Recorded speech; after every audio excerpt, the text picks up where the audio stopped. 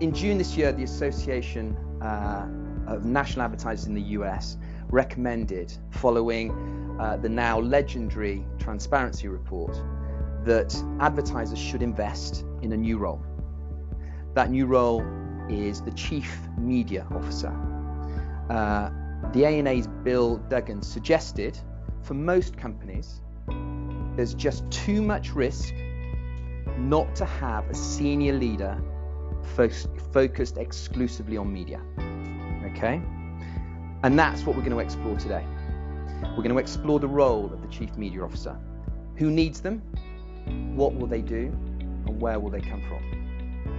In order to provoke debate and provide a unique perspective, we've got three fantastic panelists today, representing three key areas: the marketing community, the agency community, and the executive search community.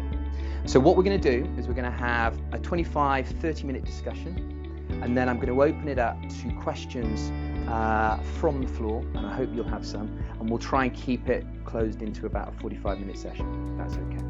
Okay, so it is with absolute great pleasure that I introduce the panelists today.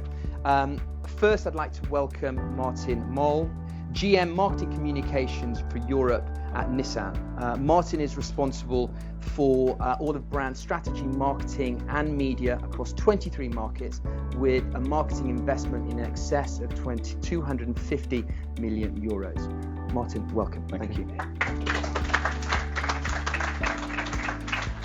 Second up, the legendary Lindsay Pattison, Global CEO of Maxus, one of the highest, fastest growing networks since its inception in 2008. And finally, Steve Hyde. Steve has got a multiple of hats, but for the purpose of today, Steve is going to talk us through his exceptional credibility and expertise when it comes to executive search. Steve, thank you. We're going to kick it right off. So, should brands be investing in a senior leader focused exclusively on media? So, Martin, I'm going to kick off with you, and if you would be kind enough to provide us with a context of how you manage media internally at your organisation. Sure. So the answer is yes. What level, how that sits in the structure and reporting line, I think is a different debate. We'll probably get to that this evening. Yeah. Within the structure I currently work in, we have marketing communications, within which there is a media specialist, or two of them, and they work very closely with the media agency. And we have a separate division which is procurement. And because of the way the brands work, we have Renault and Nissan as an alliance, and now of course Mitsubishi as part of the group. We have a massive buying power. So it works. Procurement is a very dominant part of our business, because it supports from a factory and production perspective. That makes a lot of sense in terms of components and frame. In the media side, it's interesting. So if I were being a bit more provocative, I think you've got the media specialist that knows what they're doing. And if you like, you've got the comm side, which is the creative to engage the consumer. The media specialist is the one that's trying to tap into the right door to open. And you've got procurement that's asking everyone to take their shoes off before they cross the threshold. So for us, you need a balance of all of them, but media specialists for sure, because that's where you know your value comes. Yeah. And so would you endorse the rallying cry by the ANA? Would you encourage other brands to bring in that media discipline in-house? I would, but there's a care point. I think if you read the article in the way it could be seen, we're operating in an area of lack of transparency, trust issues, and I think there's a danger of the way the approach is done. I think it should be approached that you need to know where your money sits. You need to have accountability for what you're investing in, and you need to be able to report back to your stakeholders. So within my business, but if it's done on the basis of we need to just interrogate and strip it down, then something's wrong from the fabric of the start of the relationship for me. And actually, it's not about how much you spend, it's about the value you get back. Right. If we're not careful, what we do is we trim margins. So procurement, if I'm being a bit risque, procurement say we've achieved our reductions year on year, so spend out's down, but where's the value? And the challenge we've got is, once we measure the value, then you know whether you're getting what you want. It doesn't matter what you spent. It's the value that you seek to achieve is the most important thing. And so we have a multiple series of challenges. We've got, my background's also sales. So I know the pressure you're under in terms of short term. So as a marketeer, I've got the long term in terms of brand, the equity and the direction. Here, and where do I put the value in there? And where do you put the investment in? Yeah. That's not seen as a cost because it disappears and there's nothing that comes through to conversion of a sale. I know the short term pressure because you've got the week, the month, the quarter. And then how do you dial up and down that scale? And so from our perspective, it's about, I have sales pressure. If you're not getting immediate return and you have finance chasing going, there's a lot of money out, you become a cost center. Yeah. So you're ending up in a position of defense. The challenge you have if you've got a media specialist, which I'll come on to as somebody who's alongside the CMO, marketing side, you could end up with a third battle. Yeah. And for me, that's a real danger there. So that has to be really carefully corrected. So that's a question of hierarchy? For me. Yes. Because you could end up, and there's a danger in a business where it's under a lot of pressure, let's say in terms of performance. If it's not achieving something, what goes from being a good, intrinsically good campaign suddenly becomes awful overnight. Then suddenly where are you investing it? We don't know where the money is going. So there's no media value perceived. And then you get into a defense mode. And then your KPIs interrogated. And sometimes the KPIs can be quite loose. They can be talk about impressions. There's always the first number dropped in, so it's suddenly hundreds of millions. And somebody says, yeah, but that doesn't transfer into showroom traffic. People walking across the dealership floor, and because you can't make the correlation up and down between investment, where it comes through to website, right the way through to conversion, there are disjoins between. You then end up in this area where people can openly jump in and be very subjective. One about the creative and two about the media strategy, and then you end up in this kind of corner between three different points between sales, finance, possibly then the main board. So that's really interesting. So you're describing the internal tensions of having somebody that's responsible for media. Lindsay, from an agency perspective, would it be fair to say that an advertiser without somebody that has expertise or guardianship internally of media is more likely to be exploited by their media agency? God, that's a big word for my first question. Jeez. I don't like the word exploited, obviously. I think actually, I think the way you introduced the subject, we're trying to be provocative, obviously, is I think the challenge, as Martin pointed out, with the rallying cry of the ANA, and that report has got lots of flaws in it as well as lots of very good points in it, is that it seems very negative. You know, if we've got a trust and transparency issue, then it's all of our responsibility to sort that out. It's a professional responsibility to make sure that clients understand their contracts, that agencies are rigorous in explaining what those contracts are, and we all kind of work together to create a brilliant partnership. So let's not, you know, be negative with each other because it's just boring and tiresome, and that's not the business that we're in. That's not how you're going to get the best out of people. And I'm sure we're going to talk about talent, and I loved, you know, Will talking essentially about talent, diversity of talent, and how chemistry is incredibly important to this relationship. So, you know, the general premise of should we have a chief media officer? Absolutely. All I want are clients who, I love media, I love what I do, and I think what we do adds incredible value, and I want clients who understand that and who work really hard in partnership to prove that by connecting first and second and third party data together and understanding how we can prove the ROI back to the business, how we can connect the data and then connect that back in actually to media buying to create efficiencies and effectiveness, that we can do a much better job to the business. So I see a huge opportunity in elevating what media can do up to the C-suite and not be, you know, I started in a full service agency with we all joke about being the last two slides of, you know, a 2-hour PowerPoint deck, but I did do that, which was always very challenging.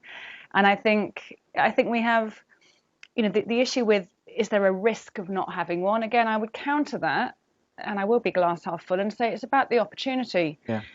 The World Economic Forum, which I'm lucky I sit on a Global Agenda Council for on the future of media, you know, we talk about the fourth industrial revolution right now, which is a technological revolution. There's never been more opportunity for, you know, for change and for challenge, particularly within marketing. You know, marketing departments of businesses should be leading in this area, and they can lead in this area if they understand the advantages that there are. So I think there's a massive opportunity. And so you have two very famous brands working within the Maxus UK portfolio, both that have high-profile, experienced media directors in BT and L'Oreal with Gail Miller.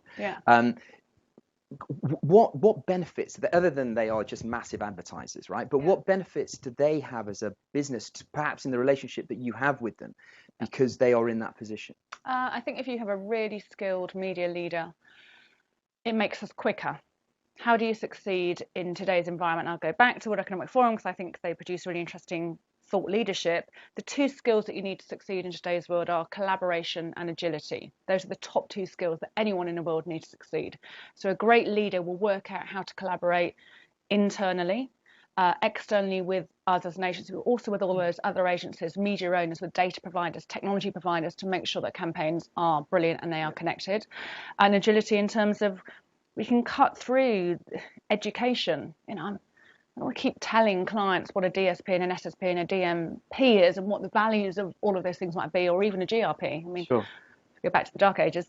So we want clients that totally understand what we do, because it makes us quicker, it makes us faster, it makes us more collaborative. And we won in the UK 3 IPO Effectiveness Awards last week, which we're very proud of. And one of those came from L'Oreal and one came from BT, because they've got clients who are super engaged and senior, and I would like more of them.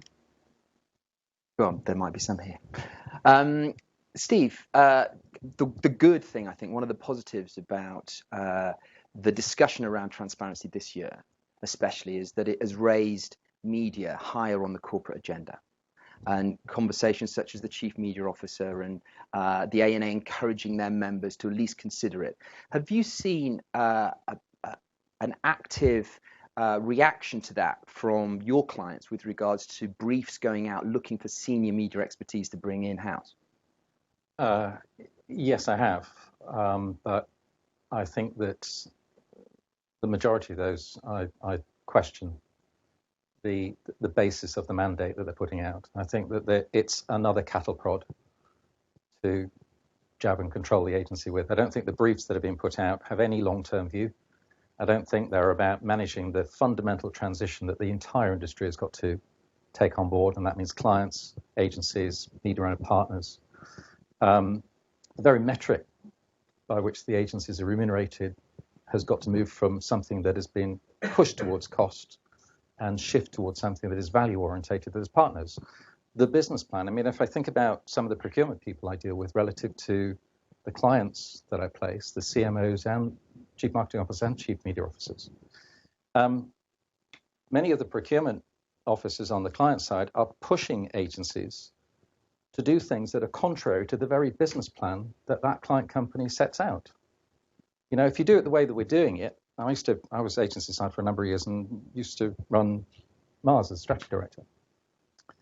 The way that you're doing it, if you listen to every procurement person on the client side, some poor sod is going to have to buy 25 Mars bars a month to meet the business plan, because the pressure is on short term, do the things that will deliver money in the short term, which will compromise the plan. So the media briefs, the CMO briefs that are coming through for media. When you say CMO, so Chief Media Officer. Chief Media Officer briefs are coming through. It's another layer of accountability control, rather than the skills that will enable, working in conjunction with marketing, a transition for the entire industry to evoke a value metric. If you think about the things that really count, customer. We're not talking about viewers, readers, listeners now. We're talking about customers, content, context, cost. The cost is irrelevant unless you know the value of it. We could triple the cost of everything that media agencies buy today. It doesn't make us any wiser as to the value of it, because we're not plumbing value, because we're being pushed to do cost. So the answer to your question is, yes, I've certainly rejected a number of briefs. I'm not prepared to work on them because the basis of them isn't sound, and therefore I'm not going to put the right people into those jobs. Okay. And I'd just like to come back to the point that Martin, you made earlier on in terms of the hierarchy and where this role kind of sits. In theory, the Chief Media Officer, let's call him the media or her, the media officer, will sit in parallel with the Chief Marketing Officer. Is that a role that you see as complementary, or do you see one eroding the responsibility of the other? I think there's a greater risk of it eroding. The reason I say that, of course, it's quite subjective. It does depend on the chemistry of the people operating, and it does depend on the culture of the business and indeed what they're doing, product or service-wise. My instinct, however, is that because if I take the traditional model of how we would say, you take, this is the business needs this solution, you then have your brief, you then have a creative solution the agencies produce. Historically, then the media agency will go, I'll take that, we know the customers, we'll put that content through these channels. I'm oversimplifying, obviously. Sure. But actually, where I try and push through the business is that the media side of the business is actually the closest link to the consumer. And the bit we're massively missing, and I just can't seem to close the loop on that, is you could start creative with understanding the customer first. You know your target audience, you know where they gravitate towards, you know the media they consume, you know what's trending, there's new stuff coming in, there's innovators everywhere, and they all pull towards media houses and the specialists and the agencies. These could be the gateways in that says to the client and the creative agency, this is where the people are, this is what they're talking about, what content can you create to fit that mold, that channel? What we don't do is, but we end up doing, this is what we want to talk about, this is how we're going to force it through channel, and this is the amount of money we put against it because we've got a mathematical solution that says that's the pie, the way that the mixture work. And then you lose the ability to measure it. But I think we'll definitely move to an ecosystem. So for me, the danger you have if they're equal. So first troubling point would be when a campaign's not working, people start turning inward. And what you don't want to do is add another silo within the business. You don't want people going, well, it's the creative that's crap. And you go, actually, I think the channel solution was completely inappropriate. You should have gone more digital and less. And then you end up in this stupid debate, reviewing it, and you end up in a point of defense and attack internally. So the politics grows.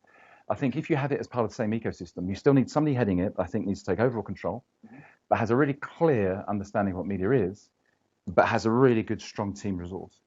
But the agency side is where the power influence sits. I think we could massively shift the game if we have far more innovation on a regular basis where the media agency is almost putting the creative agency and the client under more pressure to think faster in the interest of the consumer. Then actually it matters less about the hierarchy of the roles, both media or marketing. And actually that's an interesting point, right, Lindsay? So if the media agency becomes a lead vehicle in the marketing discussion and the guardian of that media relationship is a media officer, then the balance begins to get kind of closer. Yeah, I mean, I guess in the old days we had campaigns, didn't we? So we had the luxury of working for 2-3 months on a campaign and working closely with the creative agency to come up with a solution. But the opportunity now with data and digitalization technology is we can see what's happening in real time or close to real time, and we can react to that because we're always on, aren't we, in some shape or form. So I think the challenge is, Martin's point is, or a bigger challenge, I think, is how much do you do that's always on and is reactive and fluid, that is listening algorithmically and then developing, dynamic creative to serve what we're hearing, versus there still is, I think, a benefit to macro moments, to emotional engagement, to longer term tentpole events. We all did get excited for the John Lewis ad that launched this morning. And I think there's still a value to that as well. So I think there's a balance between the two. And actually, I think the challenge for a media agency is how do we have people at sort of the one end, the micro moment end, listening and reacting and informing and actually maybe producing often the creative, versus then the bigger moments which are going to drive long-term emotional investment and brand value. And I think, I worked client side for a while, and my battles, like Martin's, were always as the marketing department battling with the sales team. They wanted to do short-term promotions on Ericsson phones, and I wanted to do lovely brand building stuff that positioned us against Nokia back in the day before Apple and BlackBerry. I'm old. So I think my watch out is how do we keep both of those things. I worry that there's actually quite a big gap between the two. So I actually worry about the gap between all the clever precision stuff we can do here and the long-term stuff we can do there. Steve, what do you think about the fusion of responsibilities between marketing experts and media experts and broad marketing leaders? I'm going to answer your question, but I'm guessing I'm going to. Me a question. I'm going to novel approach. Answer your question. Yeah. But I want to do it in the context of saying, if we all think about the sort of ecosystem that we want, the kind of structure and relationships that we know is conducive to doing great business. The advertising industry for decades has done great business working with great marketeers, and that is less the norm these days because of circumstances. So if you said, okay, 3-4 years from now, what does it need to look like to be doing consistently great business, accepting there's going to be technological change, and then move towards that? Yeah. But that kind of vision is just being kicked into the long grass for sake of short term. So to answer your question, I think that agencies and clients have tended to mirror each other. And I actually think that we are going to see a more evident convergence of creative content and media, not just media knowledge. I think that the implementational aspect of media, the trading parts, will become far more automated, and elements of the channel selection will become far more automated. But I could see, I was a CSO, I could very easily see a CSO or a strategist on a media agency and the account planner and the creative agency becoming one role as a customer strategist. That would work, because we're trying to bring those two things together anyway. That person has significant influence. So who on the client side would they then interface with? And I think that the marketeer to me is a brand guardian. Yeah. There does need to be a media officer because of the complexity and the change and the dynamic in the media communication industry.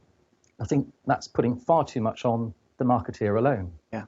But I think it's about who are the key people who can influence and deliver consistently great work and still have the pixie dust, those that will intervene despite what optimization says and do something just because they're contrary. And for God's sake, it's great to do. Sort of the Durden kind of approach. When everybody's looking one way, go and look the other way. I could see as well. Yeah. It's that you still need those people, and that's what makes everybody excited. But I think that we've got to work towards something that is more envisaged and more clear 3 to 4 years from now, and build the blocks towards it. Otherwise, we just keep putting it off. And can I just say, part of the reason that we're putting it off, it's a reasonable fear on the agency side, because procurement is so strong on the client side, that if agencies give in order to change, to make things possible, undo stuff, to do stuff, which involves things like the remuneration models and so on, that procurement on the client side will just dive in and push and push and push and put the agencies in a much worse situation. That trust has got to work both ways. The ANA report was timely, it was poorly written, and fucking hell, if clients didn't know that was going on, then what the hell were they doing in their jobs? We've all known that's been, but the question is, why was it happening in the first place? And without going over old ground, it's making sure that those circumstances never happen again and putting things right. So there's a lot to do, but the marketeer and the media person on the client side can coexist without stepping on each other's toes if we look to the future and not look to what does that mean today. Sure. But at the very least, for those brands that don't have any proper media governance in-house, then Gail Noah, I spoke to Gail Noah and I asked her, in her opinion, what threshold of media spend... I was going to ask you that. What do you think? Well, I tend to agree with Gail, 10 million in the UK. A reasonable amount of money as a proportion of the overall marketing spend requires an expert to provide governance over it. And that expert may not be a procurement expert. It's, in my opinion, should be somebody that understands and appreciates how media agencies operate and the value that media invested in the right way can generate. What are your kind of opinions on that? I mean, presumably, Lindsay, you'd encourage more brands to bring that level of expertise in, and if so, where would you find those candidates? God, well, obviously, I talked to Steve in his headhunter capacity. I think the watch out around procurement is a good one. I think there's clearly a role for procurement, and a lot of our senior media clients, of course, they're really smart. And if you work in media, you're good at numbers because we deal with numbers all the time. And we all negotiate. That's part of our job, is securing the best value. So I just think the basis of a client agency relationship should be to have secure the best possible media value. So let's get our media prices to the right media, not cheap media, the right media for the business outcomes you want to be negotiated as hard as possible, whilst paying for the best possible people you can afford in the agency. I'm sure we'll come back to talent, but not only is there the chief media officer, having been on both sides, you want to be the client. And I remember in our pitch with L'Oreal, which you ran, we talked about, and we've done this, doing it in another market at the moment, you want to be the client that agency people want to work on. You want your best people to go, I really want to work on that account, because they're going to learn and they're going to develop and they're going to create brilliant work with a ROI and are going to produce fantastic work. So you actually have to work quite hard as a client to be the kind of client that people want to work on. And we have lots of big clients like BT, Bedding&E, L'Oreal, who are big, who are challenging. Every client is challenging, you know. Love my job, every client, I love all my clients. They are all challenging, but do you know what? The client that says thank you when your team is there at 11 o'clock at night on a Thursday and a Friday night because we've got to get through something, that's the client that's going to get, you know, the best team working there as well. So of course we want skilled media people, but we'd also really like nice people that recognise the talent and diversity and the human nature of people in our agency as well. I totally agree. I mean, BT and EE, I mean, they are well known for having tough procurement departments, but they actually have very skilled marketing and then within that media procurement who've dealt with for years now. And actually they understand our business. They also understand that we are a business. You know, we are going to make money. We do need to make money. We don't need to make too much money in clients' eyes. We've all got profit margins to do, but they totally understand, you know, and this is back to the transparency point. It's just about being transparent about what you're negotiating in and having a great procurement person who understands the contract and who understands we all have a duty back to shareholders is a really good person to deal with. Pardon? We want you to make money. Yeah. We have a, you know, in another market with a sister agency, they entered into a contract where they are definitely not making money. And do you know what? It's a miserable business. No one will work on it. The churn rate's terrible and the clients are unhappy. Can I just make another point? That, I mean, I worked on your business and I worked on BT as strategy director as well. And over the years, I've worked on many. And the ones that, if I think back from McDonald's to BA to the ones that were the most enjoyable was probably Kraft. And the main reason was that Nick Shepherd, who was the client, made it enjoyable. And the thing that he made sure of for everybody's, all the teams across all the agencies, creative media, everybody, all work together. He wouldn't have us working separately, and procurement treated us all equally. So you don't get these intangible separate values of contribution from the different parts when they're supposed to be contributing to a whole as an outcome. They've got costs, but they make a value contribution, and that's where it starts to get lost. And I think procurement could do an awful lot to help create a more collegiate approach by influencing that in terms of the way that the parties work together and rewarding on that basis, not just on the basis of which ones can they leverage most down. I mean, just an additional point on that, in terms of, I mean, we've all, you know, the budget issue, especially towards the end of the fiscal year, is always the, right, where can we cut, where do we chop? And any area you can't evaluate in pure terms, does it contribute or not, is the first to get cut because no one knows the risk. And historically, because of the KPIs, because of the measurement management side of it, this is the detail of where is the money going and what do we know is happening as a result. You just end up with this black box. And there are so many variables around the whole subject of media. And I feel very, there's a lot of empathy I had with the media agencies on that side of it, because they must be scratching their heads going, Christ, we're getting battered the whole time, especially when you get to challenging trading term times. And then they're into always a position of defense, when actually all of their attention should be on what's the strategy and how do I deliver, not how do I defend and how do I minimize damage. And then it's into the fees, and then it's into what is this rebate work, this mystical world of rebates. And then you've got all of these different partition deals between bartering, and all of that throws more confusion into the mix. And of course, anyone upstream is going to go, what the hell is going on? It's just the free-for-all. So if you take procurement and media specialist, procurement can just show efficiency based and show some saving, whereas a really good media person can say, actually, if we achieve this, I can prove to you it's got the value. You could find your media budget significantly go up. And that's the challenge, right? And we have a challenge at the moment. So, for example, I've got my SVP is saying, because part of the responsibilities, I look after the UEFA Champions League. So sponsorship sits within our team. So we've got the events, sponsorship, and the comms. And in that, it's a substantial budget, and it's just Mickey Mouse numbers when you look at it, because to be involved in that just for the ability to have rights is one thing, but the amplification cost is huge. Yeah. And he's saying, well, if I put more money in there, what will it get me? Will it dramatically on it, because it's a global asset we manage from the regional perspective, but it's obviously it's a European Championship, but of course it's got eyeballs across the globe. And he's saying, if we massively increase investment, will that drive awareness? Will that help our brand development?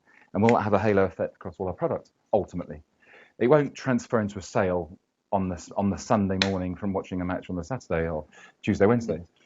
But the principle is the business wants to believe, and it wants to know where to put the investment, which is really refreshing in my role and my perspective. It's bloody hard work to go, I'd love to take your money, but I can't just prove just yet how it That's because works. If I had a machine that could because your business sees media as a lever for growth, right? For business growth. And it does. And actually, not all do. Partly because their heritage, the business has got people who've moved through the ranks and across the business layers, and they've got an experience of being in marketing. So they know what it feels like. They haven't just gone up through engineering or finance, which is historically where some of the top chain of command has been. They've worked across, so they work country level and functional level. So they do have a very clear understanding of the tensions. But the bit none of us have been able to reconcile is how can somebody, if they could just show, based on our ability to evaluate, then if we put this money in, we are sure to be able to measure at least this. If it doesn't work, at least we know. But we're in this gamble the whole time. There's getting certain media where we're gambling. You're getting closer. Yeah, I mean, it's the holy grail, but we are moving towards a more outcomes-driven business where we know at the bottom of the funnel we can be very direct on attributing value back through attribution modelling or linearly, but what we need to get better at is attributing a value to anything within that funnel. So a change of perception, a drive in awareness, and how do we track that back, and we should, as part of WPP, we should be able to work with, and we're trying with Kantar to use all of that data to establish and understand what changes in this equate to and how it influences the journey, so we do give more confidence that X and Y equals Z. Otherwise, my worry is, as we talked about earlier, is we'll just focus on the short term where we are sure in digital that we're getting something which obviously we're not sure about anymore. So it's not about the numbers and what the pure cost is. It's the value added. It's understanding the brand direction, the brand mission, the objectives, the customer engagement, and then right the way through to the conversion at the other end, if needs be, depending on what the mission is, but short to long term. If they're only looking at one dimension, then you are sure to have just another silo blocker in your business that's going to go, I'm not sure about these numbers, it doesn't stack up. So you find yourself defending it. And that, for me, each one of those conversations is much more difficult, and it slows you down from actually thinking about the product, the mission, and the customer. It's a massive amount of time where businesses don't think about the customer. I mean, I think pick up on that point. I just met with an ex-client before coming here who is looking for the next role, and actually increasingly in the category she works in, they look at chief customer officer. And I know there's a lot of C words. We all have a C word, no pun intended. But I think maybe that, is that the right phrase, because then there are functions that sit below it, or actually if we are in an e-commerce business, the chief media officer, the most senior media person, is actually the chief driver of growth. So maybe they're a chief growth officer. Maybe we should be bolder about what they can actually do. So, or maybe we're tying ourselves up in knots about the C word. The marketing budget is speculation on growth. Yeah, that's what it is. And over time, it's a question of how you use that most effectively over time. Some of that investment, much to the chagrin of many marketeers, should be put against audiences and against customers who may not respond to that during the period of time that CMO is still in that company or still on that brand. But not to do that constantly stores up problems. So you need somebody who understands the customer and ways of reaching the customer and ways of deploying a marketing budget in the most effective way so there's less speculation on it. You also need somebody who fundamentally understands and is the guardian of the brands and the very essence of those brands. Those are two complementary functions, but I don't think that they can be the same function. Not completely. I think historically that was potentially possible because media was an awful lot more straightforward. Advertising was done in a different way. But when it's so complex and we're not really thinking about putting a communication out that's going to reach 20 million people in one go, we're thinking about 20 million individual impacts against customers. And that's a very different approach. That's really complex, even if we take into account algorithms and programmatic capability. So the media officer, I think, is a very it's a fundamental part of maximizing the effectiveness over time of the speculation on growth that is the marketing budget. I put the emphasis for the marketeer on, at the end of the day, owning all of that, but being the brand guardian, staying true to the essence of the brand, because too many marketeers I've known have tried to mortgage a brand's future for the sake of their own fame. And somebody in the agency, if not on the client side, should be able to say, you're not doing that. Thank you, Steve. Well, I do think, to your point, and to it's Gary, isn't it? Gary's point. Mark or Gary, whoever Gary is. I don't know where that guy. I've got the right number of letters. That just only one of them is right. I do think reach is underrated or became underrated. I think mass reach, I think populist moments, water cooler moments where people come together, where they watch John Lewis or they see your communication. And I think the value of, or the difference of people watching in X Factor an ad.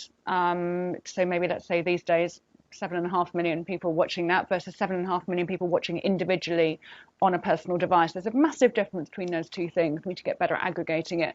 But I do think we still need reach, and if you're an FMCG or CPG, depending on part of the world you are, then there is a benefit to, and you read Ehrenberg, the reach is going to beat frequency every time for the kind of category that you are in.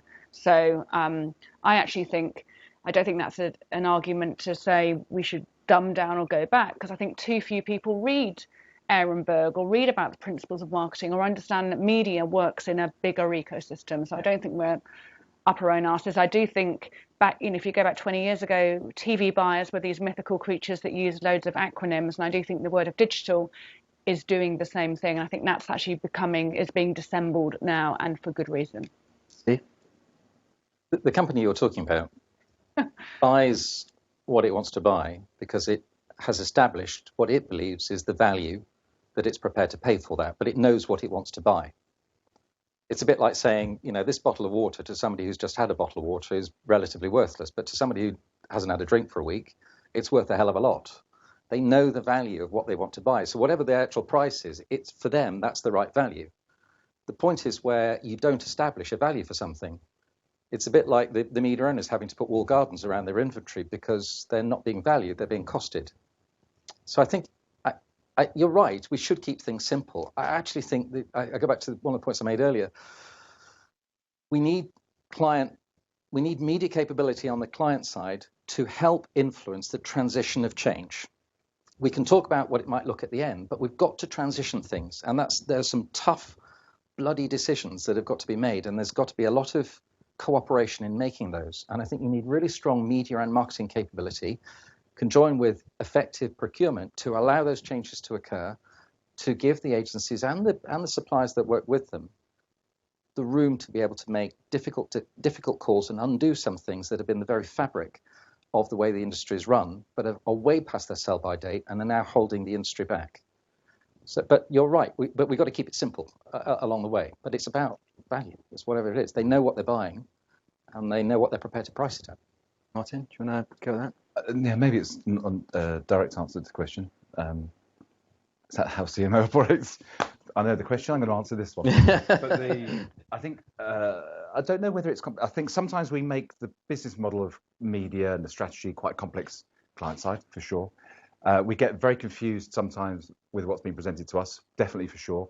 And as we cascade that through the business, it gets more and more complex. It becomes smoke and mirrors.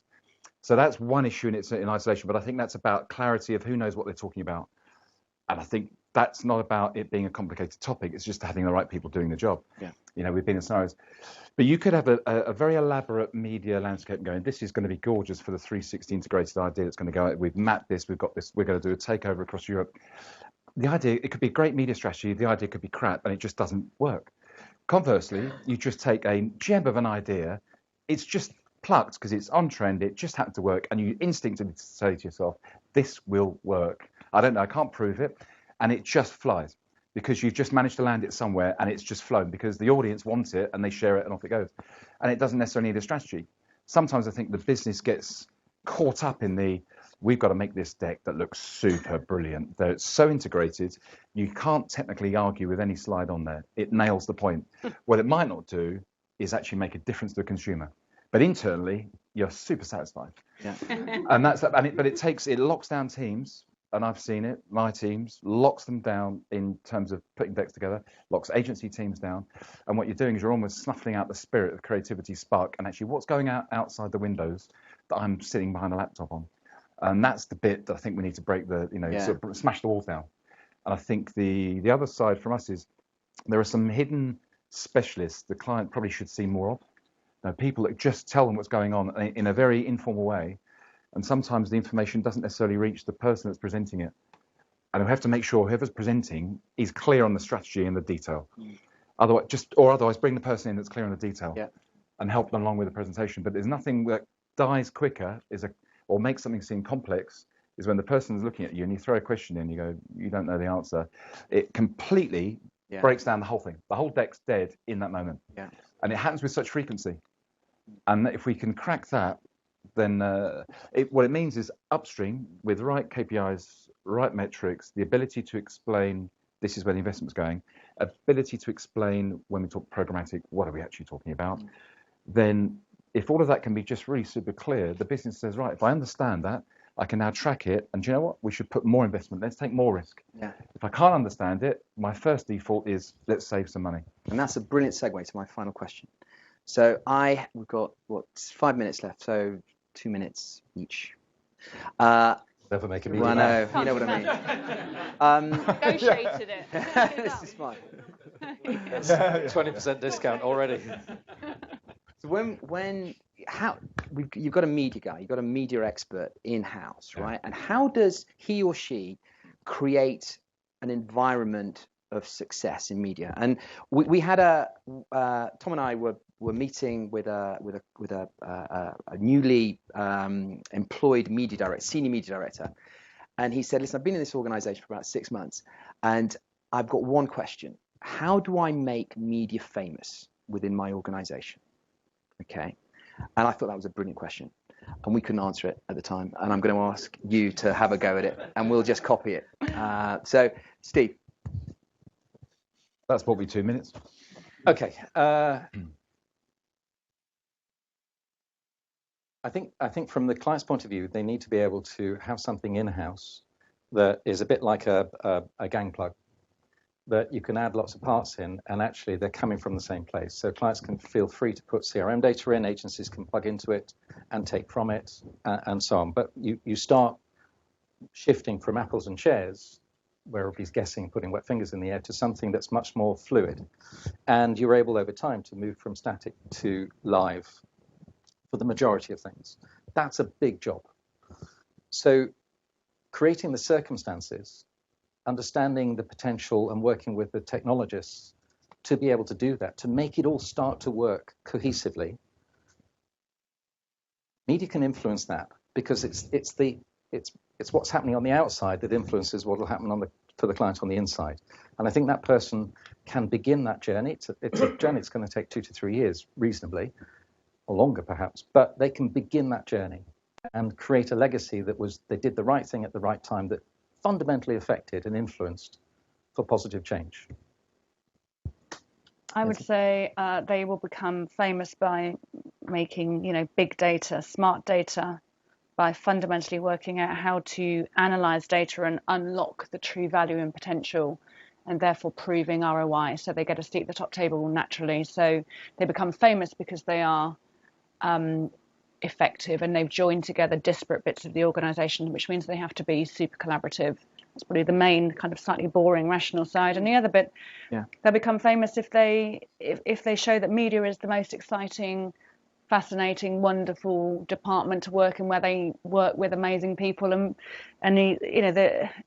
another softer version of success is being the place or the department that people want to go to, the most talented people want to work in. Thank you, Martin. You've stolen it all now. So I agree with all of that. I think if I were adding anything on top, I think the inspiration towards client, how client would change massively their view possibly of media, but also wanting to work within the media environment, is know the stuff you're doing and have all the metrics and have all the ecosystem, that it's a learning system, because no one's mind's taking a risk if they, A/B testing, etc., and upscale from that, as long as they can actually land a conclusion, good or bad, because at least bad informs the next strategic approach.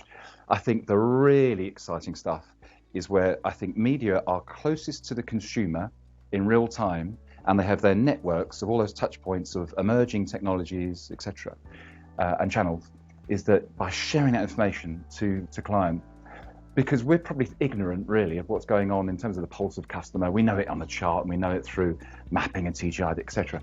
But actually the media agencies are far closer to it, as well as their network of intel, that they could really inspire us in no time at all. And I said it right at the beginning. I don't know why there's just not more innovation sessions. There's not more challenging coming back. You should be in this space. Why aren't you talking? And we create that spirit of positive, creativity. Yeah. And I think that becomes hugely energizing. And that actually becomes much easier from a marketeer's perspective of going, right, I can sell this into the board because I can start to track it and it's a great idea. I don't have to work from scratch and build up a deck that says it's 360 integrated, but I'm not sure anyone's going to like it apart from us. That's brilliant. Well, that's it. Thank you so much to my panelists. We haven't perhaps concluded on any particular answers, but I'm delighted that we're discussing media in a positive way, and that can only be a good thing for our industry. So would you join me in thanking our panelists?